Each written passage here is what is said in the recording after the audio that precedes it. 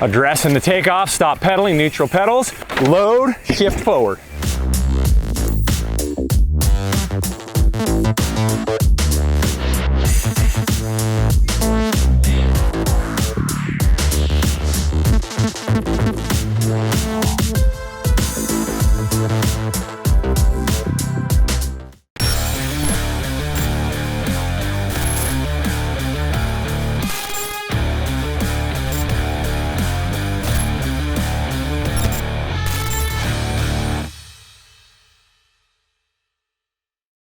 All right, welcome back to another Ride Series how-to. Today, we're gonna focus on one of the funnest parts of being on a bike, and that's jumps. Now, it also turns out to be one of the most difficult to teach, and there's a few reasons for that. First is, you need the setting. You need to have a controlled environment, but you also need the time, the experience, the repetitions. I started racing BMX when I was 5 years old. My brother's 7 years older than me. So what that means is I was very quickly put into situations where I was hitting decent sized jumps. And at that point in my life, I really didn't care about much. I wanted to eat Cinnamon Toast Crunch and I wanted to jump my bike. Now, if you started riding bikes when you were in your late teens, 20s, 30s, even 40s, there's a lot of impediments up here that make this pretty difficult to learn. So what do you need to do? Well, first thing is you need to understand the dynamics behind what's happening. Second is you need to think about proper technique, and it starts with proper body positioning. Third is you need to have a level of comfort to deal with a situation that might arise. And the way you do that is slowly build those repetitions in a space that allows you to be as comfortable as possible. Now, at the Ride Series MTB Skills Clinics, we use the MTB hopper and we use the land wave ramps to build that in. So we slowly progress each rider as they build their confidence and understanding of the dynamics behind jumping. All right, so what's the first thing we have to think about? Well, first thing is analyzing the parameters of what we're dealing with. Now, in this setting, it's very controlled, but what I can tell you is, for me personally, if I was on a trail, I'd never ridden before, and I came up to this right here, this equation, this math, I've seen that somewhere in the past. So for me, it just fires. But for newer riders or people that don't have a whole lot of experience jumping, this is a very foreign thing. So how do you deal with it? Well, again, the first, surprise, surprise, is neutral body position. So I want my hips over the bottom bracket. So as I come up to this, I want to think about being as neutral as I can, stopping pedaling as early as I can, and getting my pedals level so I have a firm base to stand on. That's the first thing. Now, the second thing we need to think about is what's going to happen on this takeoff. This takeoff has a certain degree of transition. So what it's going to want to do is give me a certain amount of lift based on how much speed or velocity I'm bringing into it. Now, as a rider, I have the choice. Do I maximize or do I minimize that energy? Well, for this particular instance, what I want to do is try to get enough energy to get me on the downside of the landing. So that's the first thing that I'm starting to think about is, how much lift do I need to get? And it's creating lift, not picking the bike up. So, as we talked about earlier with the other movements, what is one of the most common mistakes? Well, one of the most common mistakes jumping a bike is people picking the bike up or lifting the bike up into themselves. Don't do that. When you do that, that's when things tend to go wrong. So I'm sure there's some of you out there right now watching this thinking, man, I always go sideways when I come off a jump. It's because you're picking the bike up. If you pick the bike up and you pull harder one side or the other, that can lead to some major issues. So don't lift the bike up. What you need to do is let the takeoff give you that lift. Now, how do we do that? Well, we have to think about loading into the ramp. Okay, wait a minute. What does loading into the ramp mean? Well, that's why your hips have to be neutral.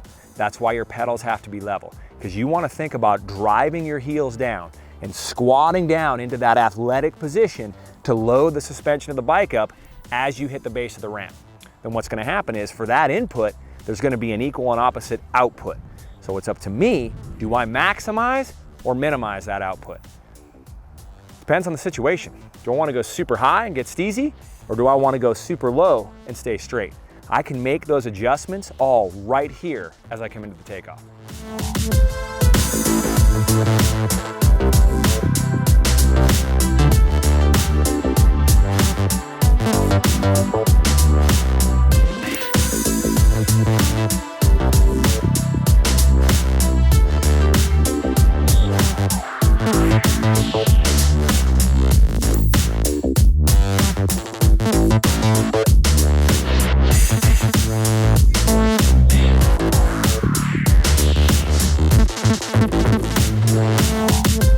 Next step, we understand what needs to happen going from point A to point B, but how do we make it happen?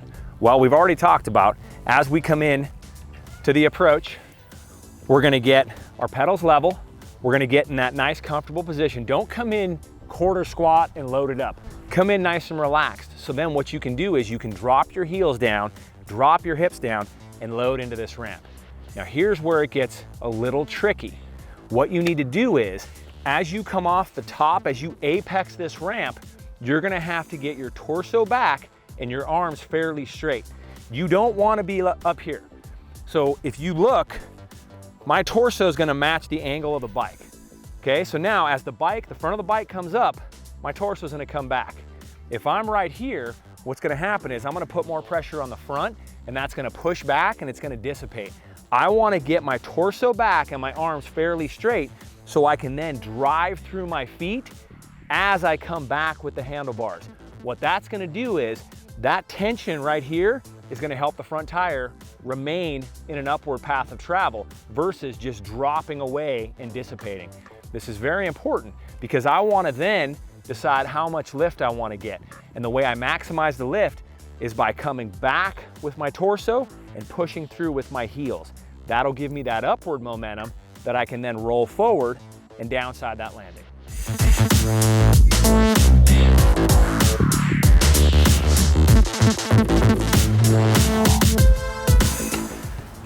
All right, so what do we do now when the gap grows fairly significantly? Well, not that much changes, believe it or not.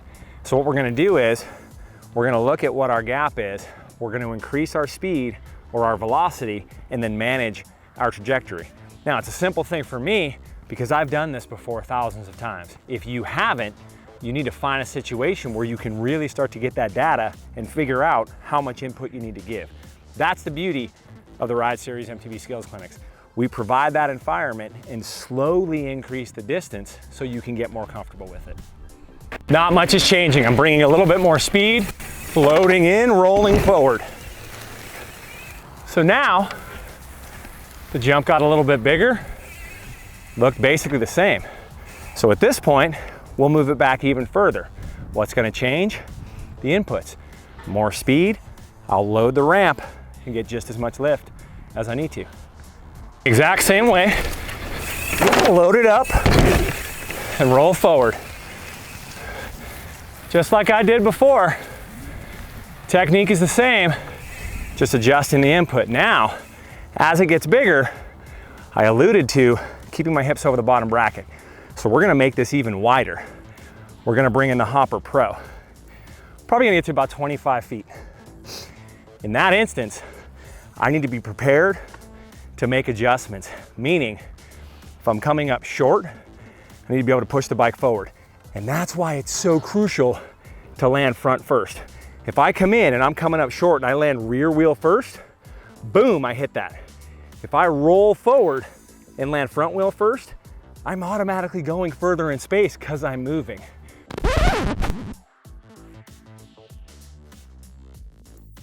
Now, if I over jump, another reason I want to be over the bottom bracket, because if I'm over jumping, what I can do then is push the bike down in front of me to meet the ground before I do. So, a lot of different ways that you can adjust while you're in the air. All right, the expanse has grown. We're up about 20 feet, but again, what changes? Not much. I'm gonna bring more speed, I'm gonna create more lift and make the adjustments that I need to. Again, it's that simple. But I'm gonna stay relaxed and I'm gonna keep my hips neutral over the center of the bike. Here we go.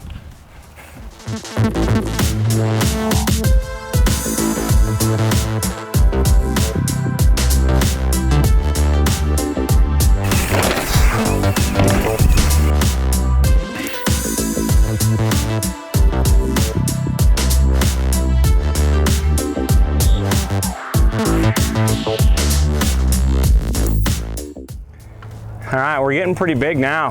We're high 20s, about 27, 28 feet. So I won't lie, certainly nerve-wracking, but if I apply the technique, make the adjustments I need to, I'll be okay. Let's see.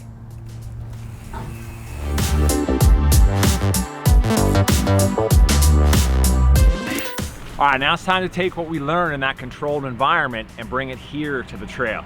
So one of the coolest parts of being in Bentonville is you have spots just like this. So this is the bottom of All American. It's an all new section of trail that Progressive Trail Design just built, and it allows us a perfect opportunity to bring these techniques in on some really cool jumps. You ready? Okay, so what we're gonna do is we're gonna start with a smaller obstacle. So really gradual rock face takeoff and a really smooth landing. So we're gonna try to dial the technique on something like this, and then I'll show you that as you progress to bigger jumps, the technique is very similar. We just have to adjust the inputs.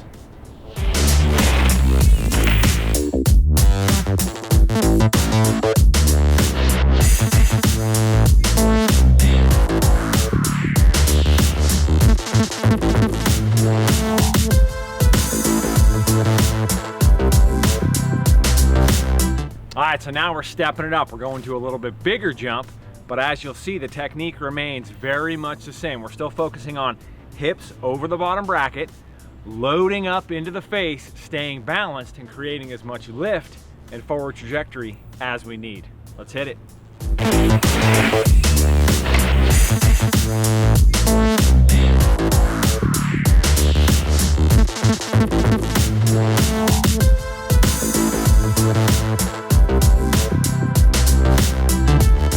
All right, so now you're getting pretty comfortable.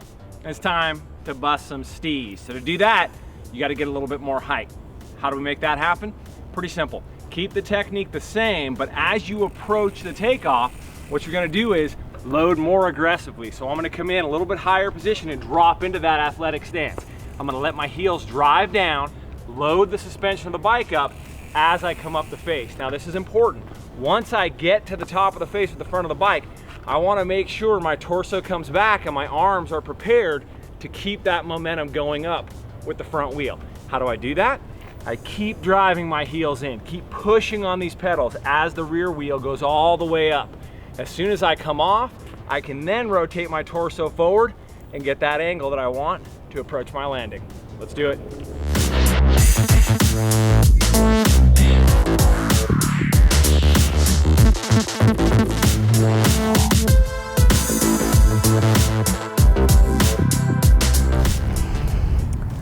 All right, there you have it, the basics of jumping, broken down pretty simply. Now, there's no substitute for time in these situations.